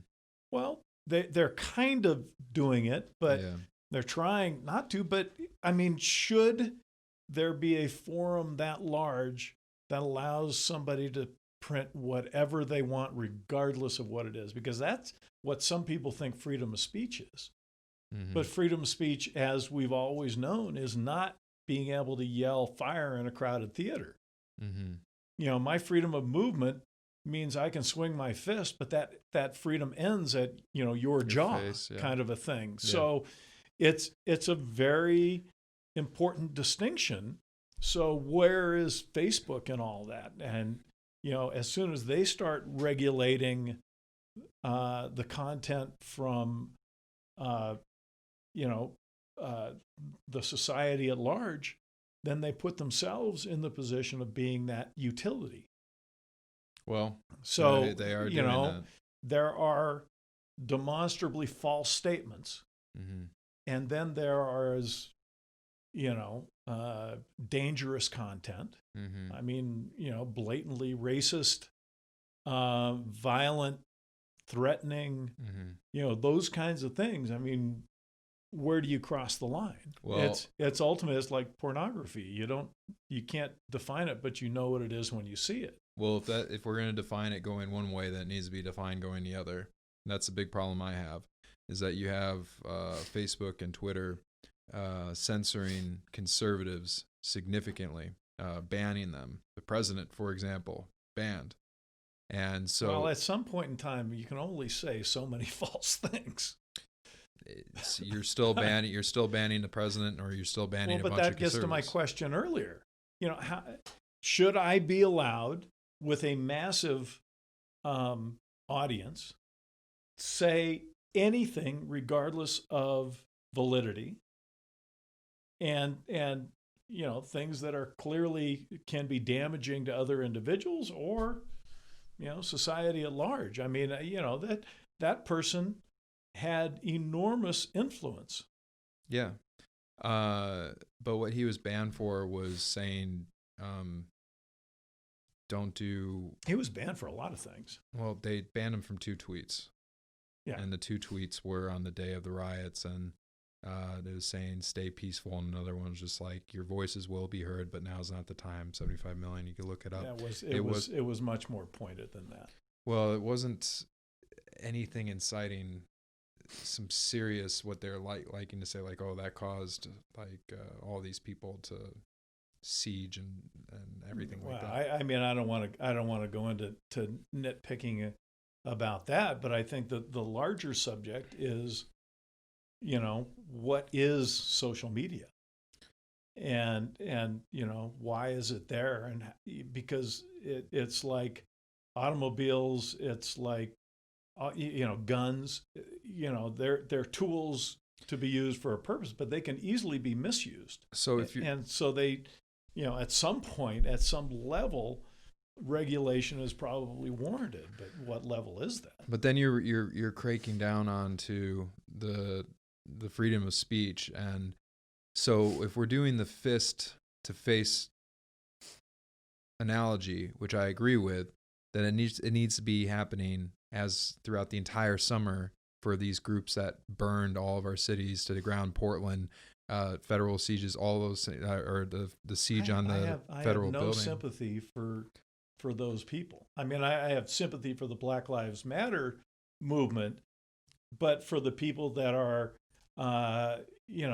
tearing down private businesses and private property and all federal that kind of, property, I think they should be arrested. Quite frankly, I think a lot of them are just joyriders. But they were arrested and then they were let to go, and then they also never had their Twitter or Facebook accounts banned. So how do you explain the guy walking through Milwaukee after just shooting 2 people and walking by police, and police don't do anything? Which guy are you talking about? That 17-year-old kid. Oh, he's in jail. Well, now he is. Yeah. I mean, do you think a black person doing the same thing would have been allowed to walk free that night? I didn't study the Kyle Rittenhouse thing too much. I think it's a pretty easy question to answer. So I didn't study the Kyle Rittenhouse thing too much, but most likely not. No, not in the society that we're living in. But it was more of that's not a freedom of speech. That's you murdered somebody and you should be locked up. I'm talking about like if you are inciting violence, whether it's for communist ideals or fascist ideals, it's still violence. And if we're going to cut off freedom of speech at some point, it should be just inciting violence, period. But it's not being done for the left side. I mean, honestly, I get back to this Black Lives Matter thing. I mean, I wasn't up there. I had a lot of our people that went to those Black Lives Matter protests, and they were protesting like protesters have done since the 60s. I'm not saying that they shouldn't have been either. And, they weren't part of that, that group that, started throwing bottles at the police and all that kind of stuff. But they were trying to get their message across. But those people were organized online as Antifa, and those accounts remain unbanned. The Ayatollah Khomeini in Iran, responsible for genocide, still has a Twitter account. Literally genocide, still has Twitter. And so it's just like, if you're talking about violence, like you have to, if you're going to do this, you have to completely do it. I'm not aware of that, but I don't disagree with that at all. If they're, if they're posting that rhetoric, they shouldn't. I mean, I agree. You've got to be consistent. Great. That's basically all I'm trying to get from people to start seeing, is because they're just like, yeah, Trump bad and all this stuff. I was just like, the other thing that this does is if we don't say like, okay, it doesn't matter which way, if it's violent, it's violence, and that needs to be censored or regulated, whatever term you want to say. But it's going to come back around. It starts by you censoring, like, oh, good, Orange Man bad, let's censor him up. All these conservatives kicked off Twitter. Yeah, they were a bunch of white nationalists, racists, whatever. Good. But it sets a precedent that it can be done, which means that soon you'll say something that they don't like. So that's the end of you. Mm-hmm. Well, yeah, and that's when, again, I say, is it a utility? And that's when you have kind of a government commission that oversees that regulation Yeah. and that activity and attempts to make it consistent in its application.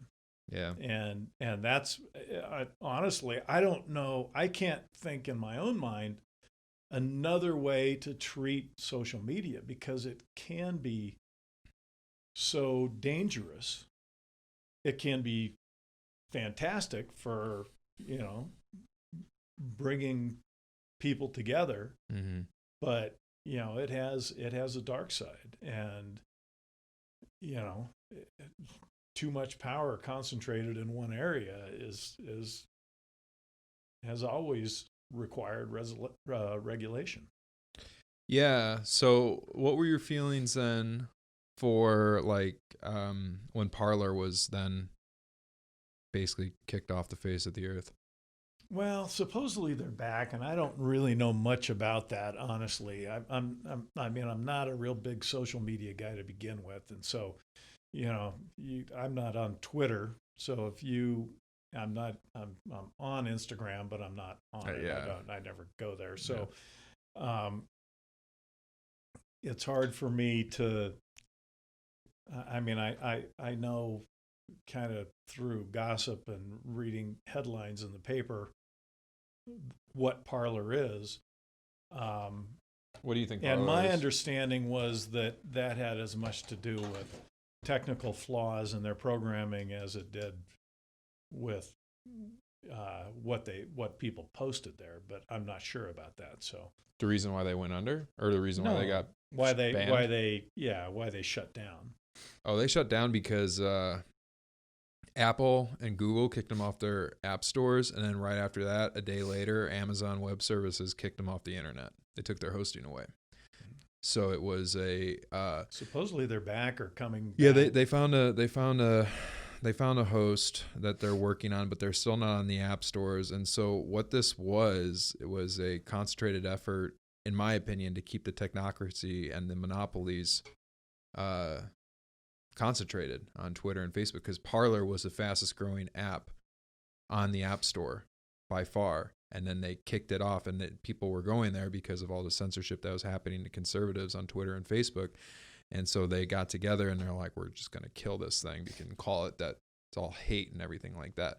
When actually the Capitol riots and all that stuff, that was actually organized in Facebook groups. And they said it was done in Parler. That was organized in Facebook groups. Like that pop? Wow. That was good pop. That was good. That was good. Yeah, I mean, honestly, I'm really out of my depth when talking about that stuff because I really don't know. Yeah, well, screw it. I think though we can.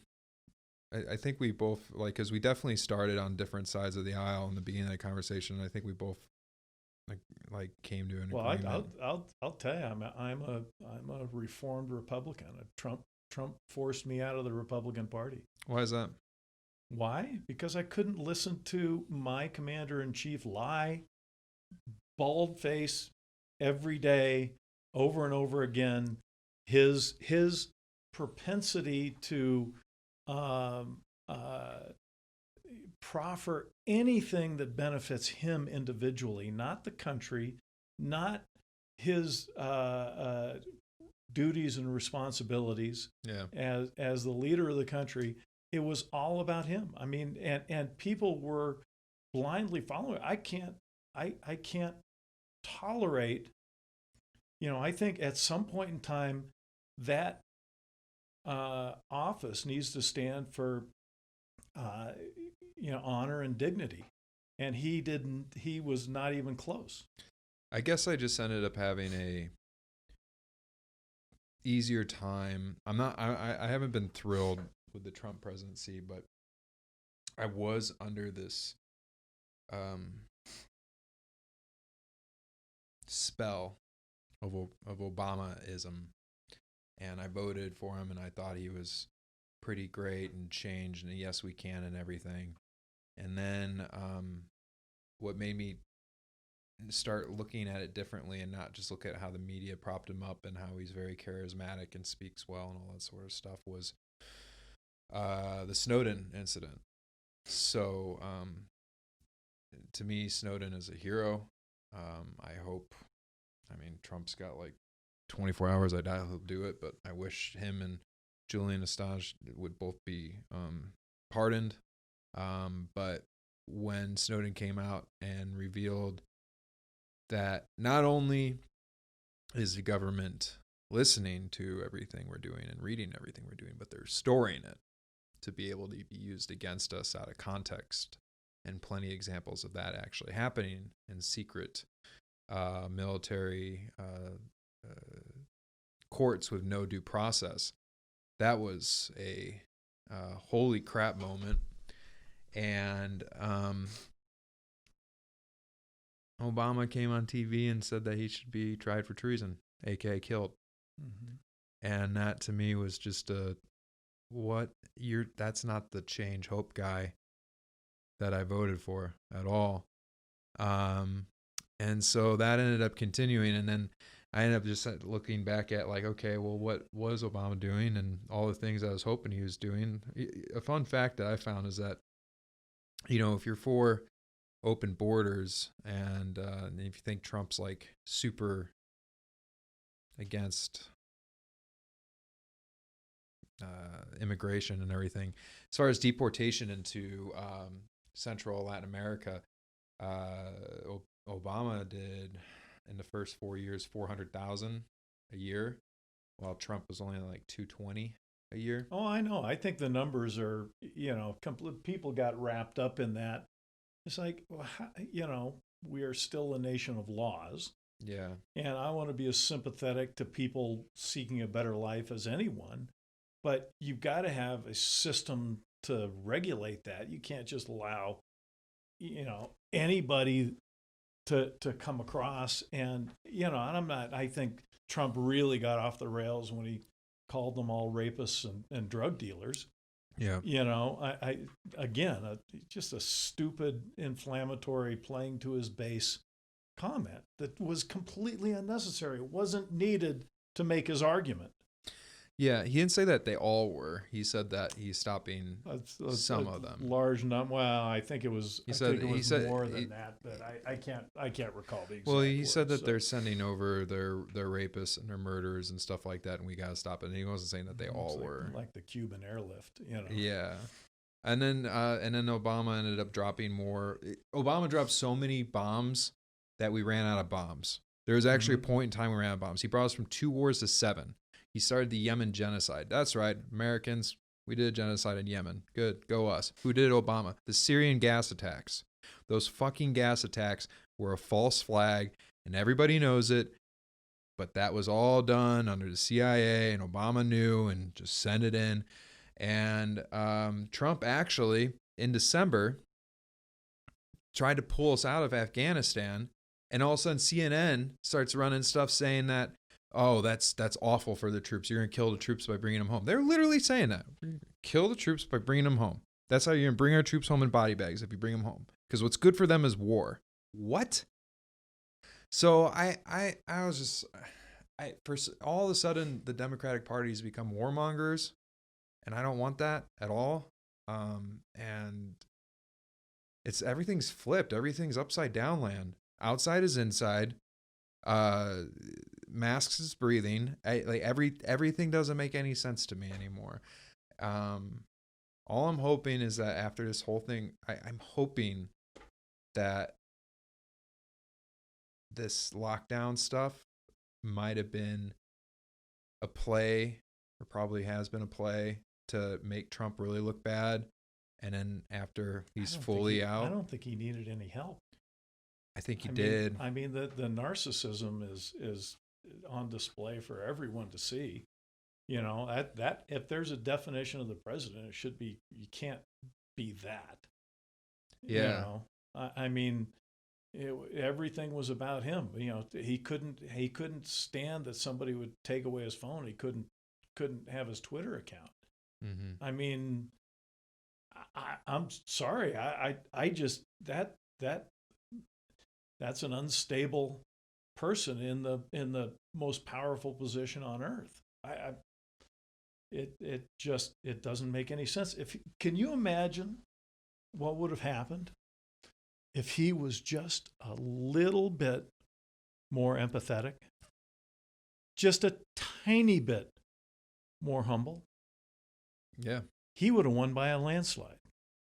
I mean, if he I think he did win by a landslide. No, come on. You're not that good. Don't tell me that. I'm sorry. At some point in time, you have to have facts, and there are none. I know. I'm trying to find him in the election. I really am. Yeah, what? So, the problem with conspiracy theories is it requires a whole bunch of people to come together, right? So you got 10,000 people that were running elections in the states. You got you got 3,000 people. The numbers are staggering of all the people that would have to come together and keep that secret. Do you think that's possible? I don't think they kept it a secret. You're too smart. I don't think they kept it a secret. You're too smart to have fallen into that trap. I don't think they kept it a secret, Gary. I think it got blown out into the open. Okay, so tell me why no judge, even those appointed by Trump, would even hear the suit. Yeah. That's a question I've been thinking about for a while. I don't know why the Supreme Court wouldn't hear Texas. Why nobody? Why would no attorney, including Rudy Giuliani, when going before the courts, would mention that there was what was the term? None of those attorneys could even use the term of fraud, because that would be a known lie and in violation of their oath before the bar, and they could be disbarred. None of them would use those terms when standing before any of the courts, not just the Supreme Court, but the superior courts as well. And not even Giuliani, Trump's, lapdog, would use those words. Well, you got to be careful with what could end up ending your career, right? So why would it end their career if they were right? I think there's a lot of things that people do that... At some point in time, under what circumstances can you imagine what evidence would have to come to you that would tell you that, Trump was really just an ass and he was a bad president? I do think he was an ass. I don't think he was a bad president, though. I think that our economy started raging. What would have to come to you to believe that it was a fair election? What evidence would you require? For me to see it as a fair election, to have the Supreme Court. And don't say we're going to have a recount, because that's... No, I saw all the evidence I needed to. I saw the suitcases in Atlanta being pulled out at 2 a.m, the water main that broke never broke. What was that? Come on, there are too many people around. I don't know what that was. There wasn't too many people around. They made it so that Republicans had to watch from behind. I know, and the cameras saw the people pull suitcases out from under the tables. I saw it. I'm like, holy shit, this actually happened. The water mains that broke, there wasn't a water main that broke. That was a lie. We know it was a lie. So why did they lie about it? I just think there's way too many people that have looked at this, way too many courts that have looked at this, and there's zero evidence that there was any meaningful voter fraud. So I don't, I wasn't there. I wasn't, in Georgia. I guess I can tell you that conspiracies, the one thing about conspiracies, they require an enormous amount of people. It's like the conspiracy we didn't really land on the moon. Yeah. I mean, at some point in time, how many people would have to be involved in that to keep that secret? It just doesn't happen. I just don't think that this is a secret. I just think it just wasn't reported on by the mass media. I don't think it's that much of a secret. Like, all those things, all the evidence does exist. And Texas decided to take it to the Supreme Court. The state of Texas, and then 18 other states jumped on with Texas to do it. And the Supreme Court just wouldn't hear it. That doesn't make it right or wrong. It just make it. It's just what it is. Right. With a These majority states' of attorney conservative generals, judges. Sure, but I know. But these state attorney generals and everything, they wouldn't just do it. There's no evidence.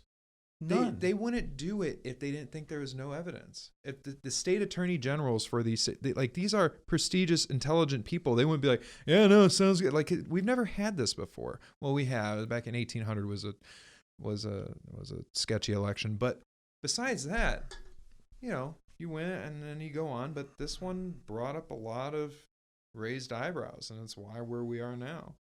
I don't think I'll they ever brought up raised eyebrows because Trump said from the very beginning, there's no way I'm going to lose. He didn't have any evidence of that, but it hadn't even happened yet. Yeah. He's a complete ass. Anything was possible. I mean, at some point in time, there's got to be physical evidence of that happening. And I'm sorry.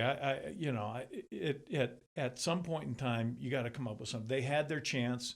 The courts wouldn't hear it, and the courts wouldn't hear it because there was no evidence. The attorneys wouldn't even speak the words because they could be in violation of their oath. Mm-hmm. To me, why would they care? Why those attorneys are being, they're paid hitmen. They, if it didn't put them at risk, they'd be jumping all over it. Why would it put them at risk? Well, like you said, it does. So they have to tiptoe around it. Yeah, but come on. At some point in time, there's a preponderance of evidence. Yeah. I don't know. I thought the states binding together to challenge it, 18 of them, that was pretty powerful to me. I'm like, okay, you guys got to be doing this for more of a reason than there's just nothing. And I did see things. Ted Cruz and I don't know. I mean, I've seen more wacky stuff through this election cycle, and people behaving poorly. Based on nothing more than a talk show host, telling people what to believe. Yeah. Or a game show host. Yeah. Talking about what to believe. Host, yeah. Game show, reality TV. Yeah. I mean, this bodes very poorly for our country going forward, I think. I mean, it really does, because I think he's pushed the standard, and this is going to be the blueprint that the Republicans are going to use going forward, unless something really dramatic happens. And probably won't. We'll probably get more of him, which I'm not a big fan of the personality and everything like that. I'm also not. I mean, there's some things that he was doing, like we were talking in trade, which was good. Being hard on China and stuff like that is good. But there's like the CARES Act. He signed that, and to me that's an abomination on our republic, and it's just the CARES Act is just the hammerlock of our rapacious oligarchy, destroying any shreds of democracy that might have been left. So, it passed through the Senate and the House unanimously, and verbal vote, so they couldn't tie it back to AOC and the squad for being such a awful way to funnel $5 trillion to the richest 0.01% in this country. Yeah. But that's what was happened, and Trump signed it, and Biden's going to sign another one, and all I've really learned on this whole thing is whether it's Trump or Biden or Obama or Hillary, it doesn't matter. We live in a rapacious oligarchy, and the goal is to destroy the middle class. And it's I don't think that's the goal, but if it happens, nobody will lose sleep over it. Yeah. Yeah. Well, I mean, how do people come in like Obama? I don't. Trump didn't. He's a different kind of a case. But they come in with nothing. They end up with, like the Clintons, ton of dough at the end of it. They didn't have another job in between. You know how much the president's paid. Yep, $400,000 a year. They definitely got a lot more than that. Yeah. Yeah, Obama's living on a 45-acre estate in Martha's Vineyard. Yeah. It's cheap. That's That's pretty nice if you can do it. Yeah. So, all right, Gary. I think Any we'll just rate. keep on going down Yeah. the political hole. Yeah. But Well, beer and conversation is great. And the whole It is. point is, to be able to talk about things that people, can engage with, agree, disagree, but It's okay to disagree, too. Absolutely. Yeah. And, It's if also- beer can facilitate that, then I'm happy to be part of it. yeah, I am too. And I think it's one of those things like you have me also thinking like, why isn't that the attorneys like we're doing anything with the fraud in any of the courts again? So you end up going both ways, and maybe something I said maybe you think probably not, but perhaps you're thinking perhaps you think why did all They this, all make why, me why, think. why did all these states push it and I they didn't never, want to I see never it? learned anything from somebody who agreed with me. Yeah, that's a good saying. That's a Yeah. Garyism right there. Yeah. Unless somebody else said it. All right. Well, I'll end it at that, Garyism. All right. Hey, But hey, thanks, pleasure. man. Yeah, I of course. appreciate it. Fun. Yeah.